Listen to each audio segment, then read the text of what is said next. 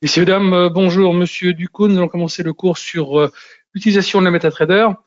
J'espère que tout le monde m'entend et que tout le monde a le son et l'image. Là, comme vous voyez, l'avertissement sur les risques.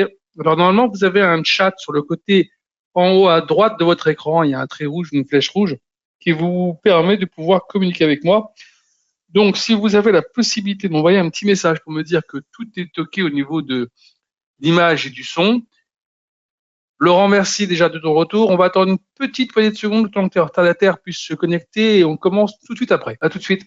Donc, on va commencer. Les retardataires prendront le cours en route. Je supprime ce petit message sur l'avertissement sur les risques. Et voici la MetaTrader 4. Alors, la MetaTrader 4 et la MetaTrader 5 sont quasiment les mêmes. La seule différence qu'il a notée sur l'une et l'autre, c'est que sur la 5, pour ceux qui veulent avoir plus d'actions à travailler, il y aura la possibilité d'avoir un peu plus d'actions sur la MetaTrader 5. De plus, ceux qui veulent faire des futurs américains, c'est sur la MetaTrader 5 que vous aurez l'accès. Donc voilà, ça sera à réfléchir. Maintenant, il y a certains logiciels qui sont étudiés pour la MetaTrader 4. Après, ça dépend des fonctionnalités que vous cherchez. Donc voilà, vous avez on va dire plusieurs stations de travail chez Avatrade, notamment la MetaTrader 4, la MetaTrader 5. Vous avez aussi la WebTrader pour ceux qui veulent travailler en ligne directement sur le PC. Sur le téléphone, évidemment, vous récupérez les applications MT4, MT5 sur votre téléphone, ainsi que Avatrade Go. Donc, vous avez plusieurs possibilités. Alors, moi, ce que je vous conseille toujours, c'est d'avoir, si vous avez MT4 ou MT5, de les télécharger sur votre téléphone et aussi également Avatrade Go. Ça vous fait une sorte de backup. Si des fois, il y en a un qui tombe en panne, vous avez toujours la possibilité de récupérer vos positions et et de voir le marché sur l'autre station. Alors, ceci étant dit, on revient donc maintenant sur la MT4. Comme je vous l'ai dit tout à l'heure, c'est une station de trading qui vous permet donc de pouvoir travailler sur différents produits. Alors, comment ça commence? Ici, sur fichier, quand vous l'avez téléchargé, je tiens à mettre un petit peu l'accent dessus. Vous devez impérativement télécharger la station de travail depuis le compte avatrade.com ou .fr. Et là où vous vous connectez, en face de votre numéro de compte, c'est marqué télécharger plateforme. Si par hasard vous l'aviez téléchargé sur Google Chrome ou autre, ça ne marchera pas.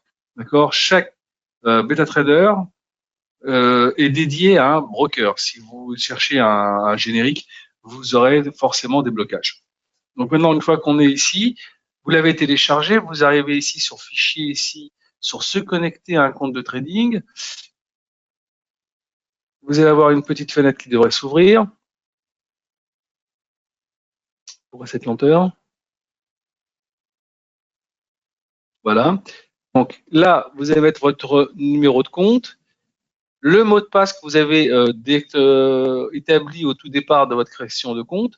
Et là, vous avez ici le serveur qui est à côté de votre numéro de compte. Il y a marqué serveur Avarel 1, 2, 3, 4 ou si c'est un compte démo, Ava démo. Donc voilà, après vous vous enregistrez, vous faites des entrées et vous serez connecté. À partir de là, on doit essayer de voir un peu la mise en page. Vous avez trois fenêtres importantes. Vous avez observation du marché. Vous allez récupérer l'ensemble des valeurs cotées sur la station. D'accord. Vous avez ici le ou les graphiques disponibles. On verra ça pourquoi tout à l'heure. Et vous avez ici le cadre terminal sur lequel vous allez retrouver dans Trading votre solde, c'est-à-dire l'argent que vous avez disponible, les opérations en cours, ok, avec la possibilité de modifier ces opérations ou de les arrêter. Tout à l'heure aussi, on verra ça. Et vous avez aussi, bon, après d'autres choses, mais le plus important ici, c'est l'historique, pour pouvoir récupérer un peu l'ensemble des opérations que vous avez faites et voir un peu où vous en êtes. Et vous verrez qu'en fin d'année, ça peut être intéressant parce que en cliquant sur n'importe quelle ligne, vous pouvez chercher une période, par exemple du 1er janvier au 31 décembre, l'enregistrer en rapport détaillé. Et donc, à partir de là, vous aurez la possibilité de pouvoir faire une déclaration fiscale grâce à ça. Alors maintenant, ceux qui n'y arrivent pas, évidemment, vous retournez vers votre chargé de compte qui fera le travail à votre place, c'est pas un problème. Maintenant, on revient sur le premier tableau, c'est-à-dire observation du marché. Comme quoi, ici, vous voyez euro-dollar, par exemple, on va prendre notre souris, on va mettre notre souris sur n'importe quelle valeur. On fait un clic droit et on va aller sur montrer tout. Pourquoi faire ça? Parce qu'au début, quand vous téléchargez la plateforme, vous n'avez pas toujours l'ensemble des valeurs. Donc, pour pouvoir retrouver l'ensemble des valeurs, vous faites ça. Et après, avec le petit curseur qui est là, en descendant, vous allez voir toutes les valeurs disponibles. Alors, elles sont séparées par code couleur. Vous avez d'abord en blanc les valeurs du Forex. Ensuite, vous avez en bleu ciel les indices. Vous avez en orange les cryptos. En jaune, on va dire les valeurs commodities. Ici, en se monnaie, tout ce qui est pétrole. Alors moi, c'est un petit peu en vert les actions. Moi, c'est un petit peu en désordre, mais vous, ça sera certainement beaucoup mieux rangé. D'accord? Et voilà. Donc, ça sera beaucoup plus facile pour vous de pouvoir vous y retrouver. D'accord?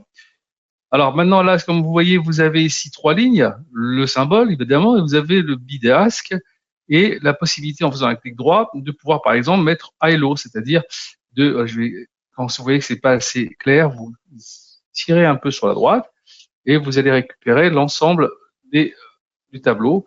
Donc, bid, ask, plus haut, plus bas, ça peut être intéressant de voir ce genre de choses, d'éléments. Comme ça, vous voyez un peu où vous vous situez par rapport à l'instant T. Alors, vous voyez, par exemple, que le plus bas est à 1,0810. On n'est pas loin des plus bas quand même, hein, soyons clairs. Le plus haut étant à 1,0883. Donc, on est quand même sur le plus bas. On risque certainement de continuer un petit peu à glisser. Donc, il y a un dollar qui se renforce ou un euro qui se disloque un peu. Ça sera à regarder un petit peu. On va regarder. Ce qui est assez bizarre d'ailleurs, ça je le souligne parce que c'est toujours intéressant de souligner ça.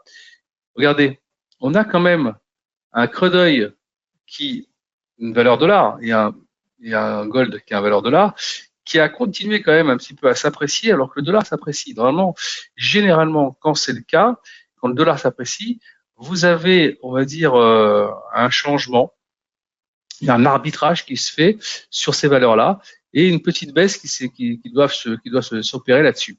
Pour l'instant, on le voit, ça se fait pas. Donc, qu'est-ce qui se passe? On va essayer de deviner après, d'aller chercher les informations. Pour l'instant, c'est pas un peu le sujet du cours, mais on va regarder. C'est je pourrais attirer votre attention là-dessus. Alors, là, vous voyez, vous avez donc au plus haut, au plus bas. Bon, moi, je vais pas le laisser parce que ça m'intéresse pas. Vous avez aussi la possibilité de mettre les écarts, c'est-à-dire les spreads. Vous avez les spreads par produit. Voilà. Donc, moi, j'enlève ça parce que pour moi, ça m'ennuie un peu sur mon graphique. Voilà, ça me fait gagner de la place. Voilà. Et maintenant, vous avez le graphique. Alors, dans le graphique, vous avez un produit qui vous fait plaisir, sur lequel vous voulez qu'on fasse la démonstration. Laurent, c'est un produit qui te convient, il ne faut pas hésiter.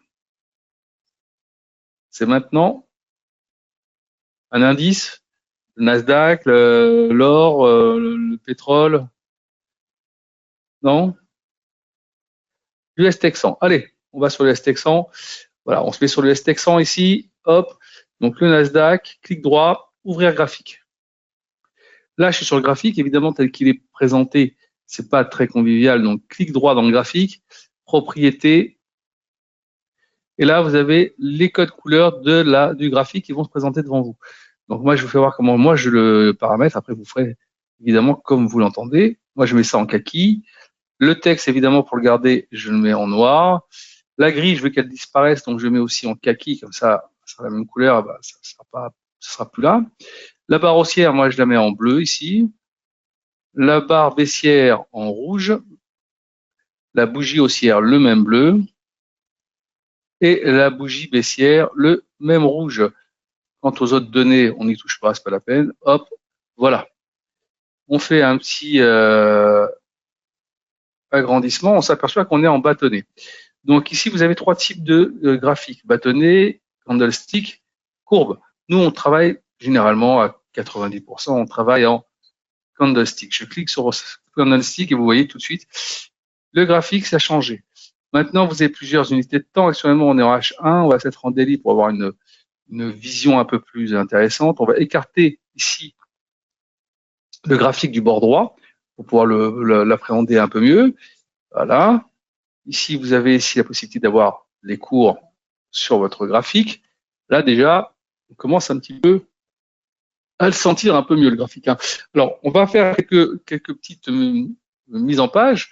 C'est pas le sujet du cours, puisque le sujet du cours sur les outils d'analyse technique, ce sera cette semaine, exceptionnellement, ça sera vendredi matin. Mais ici, on va juste vous montrer rapidement comment on fait. Alors, ici, je venais d'abord mettre les canaux sur le produit. Voilà. On a déjà là un canal qui se met en place. On n'a plus qu'à mettre ici, voilà. On a ici le canal. Ok, j'ai pas pris ici parce que délibérément, parce que vous voyez, c'est une flèche assez rapide et on est revenu quasiment sur le plus haut. Donc on va dire que pas très, elle nous parle pas vraiment. On est redescendu après, on a fait ce qu'il fallait. Voilà, on laisse ça comme ça. Ensuite, vous avez la possibilité, une fois que vous avez fait ça, évidemment, de faire avec les barres horizontales, de mettre les supports et les résistances comme ceci. Alors évidemment, moi je n'aimais pas toutes comme ça. Pourquoi? Parce que vous verrez ça aussi plus en détail euh, vendredi. Si vous cliquez ici par exemple, sur Fibonacci, voilà, vous avez sélectionné Fibonacci. Si vous prenez le départ du train et vous l'envoyez sur le haut du train, vous allez avoir quasiment toutes les lignes que nous avions mises, plus d'autres évidemment, qui seront directement incorporées dans Fibonacci. Donc là, vous voyez, vous avez tous les retours possibles sur ce produit. Hein, si ça redescend, vous savez que le premier arrêt, il pourrait être aux alentours des 1981.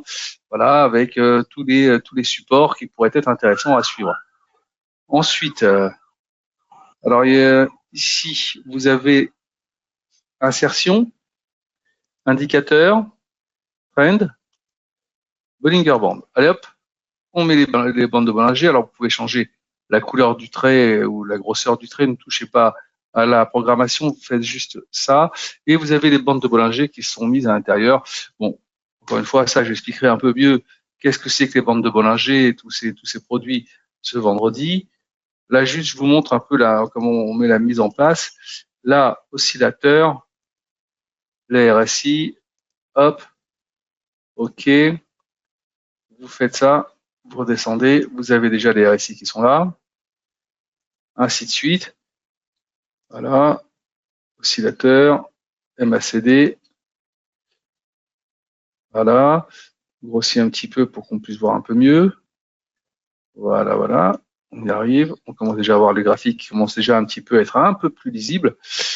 Alors, ici, vous voyez, ça fait déjà à peu près 3-4 jours, hein, on est en train de faire du surplace. On sent que on fait des allers-retours. Vous voyez, on a tapé ici, on descend, on retape là, on redescend. Regardez la bande la bande de Bollinger. Elle est de plus en plus étroite. Ça, c'est ce qu'on appelle un rétrécissement de la volatilité. D'accord? Et si vous regardez bien, on est quasiment depuis 15 jours entre la moyenne mobile des 20 jours et le haut de la bande mobile et le haut de la bande de Bollinger, et on fait que des petits allers-retours à l'intérieur de ce. On va dire qu'on s'ennuie. Voilà. Là, on n'arrive pas à passer au-dessus du signal sur les MACD. On reste quand même relativement haut sur les stockages, sur les RSI, hein, aux alentours des 61. Vous voyez, à chaque fois qu'on est revenu taper un petit peu aux alentours des 68, 69, marché redescendait. Et encore une fois, j'ai envie de dire que si vous regardez bien, quasiment depuis ici, là, ouais, depuis le 18 septembre, ah, on s'ennuie. On s'ennuie, on sent que le marché attend quelque chose. Alors ça peut être aussi dû à l'attente, ce qui se passe avec la représailles israélienne qui se fait un peu attendre. On ne sait pas quand ils vont le faire, si ils vont le faire, quelle sera l'ampleur. Il y a aussi les élections américaines, hein. Je rappelle que les élections américaines, c'est dans une quinzaine de jours. Donc ça aussi, hein, il y a la certitude à quelle sauce les Américains sont mangés. Donc le monde, parce que qui va gouverner cette puissance, on verra. De toute façon, au niveau des sondages, j'ai vu tout à l'heure, c'est très très serré. Il donne pour l'instant cette semaine un risque devant avec 1 ou 2 points d'avance et avec une marge d'erreur de 1 ou 2 points. Donc vous voyez à quel point c'est quand même très délicat. Et vous avez de plus en plus d'Américains qui se posent beaucoup de questions, non seulement sur l'état de santé de l'économie américaine, et des problèmes d'émigration qui commencent un petit peu à leur poser problème. Donc, si on réfléchit bien, celui qui répond plus à ce genre de critères électoraux, ça serait plutôt Trump. Donc, est-ce que ces sondages sont vraiment bien justes ou pas? On verra bientôt. Ensuite, on revient donc ici. On a mis quand même pas mal de choses. Alors évidemment, je pourrais encore ajouter encore un élément histoire d'agrémenter le graphique en mettant par exemple les stochastiques oscillateurs. Et voilà. Alors, il y en a encore beaucoup d'autres qu'on pourrait regarder, on verra ça. Il y a des moyennes mobiles, tout ce qui pourrait rentrer en ligne de compte. Pour l'instant, on reste comme ça. Vous avez mis votre graphique en place et vous attendez un petit peu pour voir si est-ce que ça vaut le coup ou pas de prendre une position. Là, vous voyez, normalement, à chaque fois qu'on vient taper le haut de la bande, il y a un retracement qui se fait. Alors, quand on l'a tapé ici, on est redescendu. Là, on est venu quasiment ici, on est redescendu. Et là, on hésite de trop. Donc, je ne sais pas ce qui va se passer, on attend. Maintenant qu'on a fait ça, il n'y arrive plus qu'à passer un ordre. Alors, comment fait-on pour passer un ordre? Il y a plusieurs solutions. Vous allez ici sur le produit lui-même, vous faites un clic droit, vous faites nouvel ordre, et là, vous pouvez passer un ordre. OK? Vous passez ici à un lot, on va dire, on va prendre un petit peu moins, comme ça. Un lot, ça fait quand même beaucoup par rapport au capital que j'ai. On va dire 0,5. Et on va dire que, allez, on est vendeur dessus. Je viens de passer à un ordre de vente de 0,5 lot. Je le trouve ici, dans mon trading. Ici, numéro d'ordre, le jour et l'heure auquel j'ai passé, le sens, le volume, le produit, le cours et le cours auquel je pourrais le clôturer. Au bout de la ligne, vous avez votre profit ou votre perte qui s'inscrit. Alors, évidemment, si vous voulez mettre un take profit ou un stop loss, vous cliquez ici sur la ligne, clic droit, modifier ou annuler l'ordre, et là, vous avez la possibilité, évidemment, de pouvoir mettre un stop loss. Alors, je vais garder ceux qui ont été sélectionnés. Voilà, je fais comme ça. J'ai ici un stop loss et un take profit qui se sont mis sur mon trade. Ah, ça a été déjà arrêté, vous voyez. J'ai pas fait attention, j'ai un petit peu serré, mais c'est plutôt pas mal. Donc je vais refaire une autre petite vente dessus. Voilà, toujours de 0,5. Voilà, voilà. Là maintenant, on va dire qu'on va prendre un stop loss. Allez, un petit peu moins. Un petit peu moins. On est ici, on est vendeur. Stop loss, on perd si ça va aller à 510 par exemple. D'accord? Quant au take profit, on va le mettre un petit peu plus bas et on va aller chercher. Voilà. Et ici, on va le mettre ici. Ah, voilà, on s'en fout, c'est pas grave. Voilà, j'ai mis mon stop loss, mon take profit. Maintenant ici, si j'ai envie de fermer, j'appuie ici sur la ligne. Voilà, j'ai la possibilité de fermer mon ordre en entier ou par partie. Et ça, personne ne le sait encore, pas beaucoup. Si j'appuie ici, j'ai fermé mon ordre complètement, mais si j'appuie ici, je peux mettre par exemple 0,2 ou 0,3 par exemple, et je fais prix de clôture. Et maintenant, vous voyez, OK, vous voyez qu'il ne me reste plus que 0,2 sur ma ligne. Donc j'ai pris une partie de mes gains et j'ai gardé une position parce que j'ai envie d'accompagner. Donc ça peut être intéressant de faire ça quand on veut essayer, au fur et à mesure que vous avez pris une position, d'encaisser un petit peu de l'argent et de garder toujours une petite position pour poursuivre le marché. Ça, c'est intéressant. D'accord? Évidemment, si maintenant j'ai envie de fermer l'ordre entièrement, je vais ici, je clique ici, hop, directement, j'ai fermé mon ordre. D'accord? Alors, ce que vous venez de voir ici maintenant, il est possible que pour certaines personnes qui viennent de télécharger la plateforme, vous ayez eu cet avertissement au niveau du trading, c'est-à-dire votre trading on a clic, vous avez eu ça. Trading on a clic, avertissement, j'accepte les conditions. Vous avez fait ça, j'avais accepté. Vous avez fait OK. Et maintenant, ici, on peut trader d'ici. C'est-à-dire que si je mets par exemple 0,5, là, j'appuie sur vente. Regardez. Regardez en bas, j'ai vendu. J'appuie sur achat. J'ai acheté. J'appuie sur vente. Non, là, j'avais pris trop de position, donc je peux pas. Là maintenant, j'appuie ici, j'ai fermé. J'appuie ici, j'ai fermé. Vous voyez, j'ai ouvert et fermé à une vitesse assez impressionnante. D'accord? D'où l'avantage de faire cette solution, c'est quand on veut faire du scalping. Ouverture, fermeture, hyper rapide, ça vous permet de pouvoir gagner du temps. Maintenant, si vous ne voulez pas avoir cette fonctionnalité pour pas prendre de risques, parce que imaginons que vous arrivez par hasard, vous cliquez là, sans le vouloir, vous avez passé un ordre, c'est pas terrible. Donc vous faites ici, outils, options, trading, vous désengagez le trading en un clic et vous faites OK. Donc maintenant, vous savez comment récupérer le trading en un clic si vous voulez faire du scalping. Et là, maintenant, si j'appuie ici, possibilité de pouvoir passer mon ordre, évidemment, tranquillement. Voilà, je peux passer un ordre, vente. Le voilà, il est là. Je peux maintenant aussi, parce que tout à l'heure, je ne pouviez pas, en cliquant sur la croix, retrouver ici, faire du partiel. Donc, c'est toujours intéressant. D'accord? On va fermer ça. Voilà. Maintenant, quand vous avez fait votre graphique, évidemment, vous devez faire en sorte de ne pas le refaire à chaque fois. Donc, vous allez ici, enregistrer le graphique. Vous faites ici, vous marquez ici US Texan. Vous appuyez sur Save. Une fois que vous avez fait ça, votre graphique sera ici dans le lexique ici de tous les produits que vous avez enregistrés.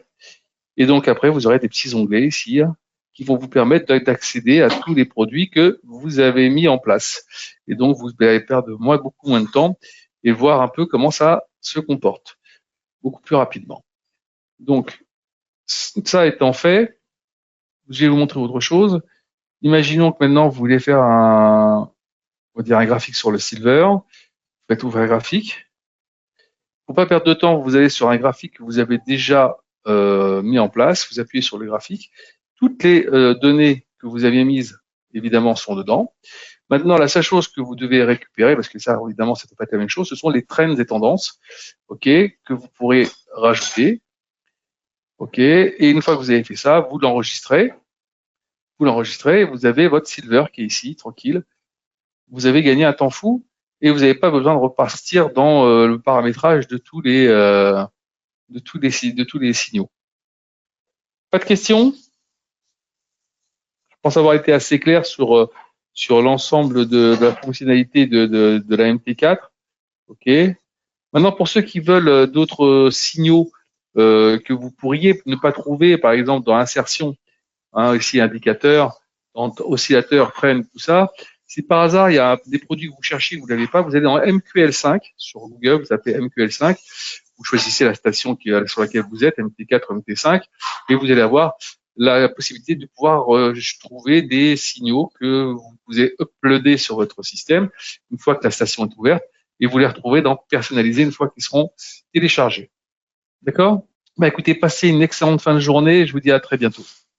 Merci d'être venu pour le webinaire.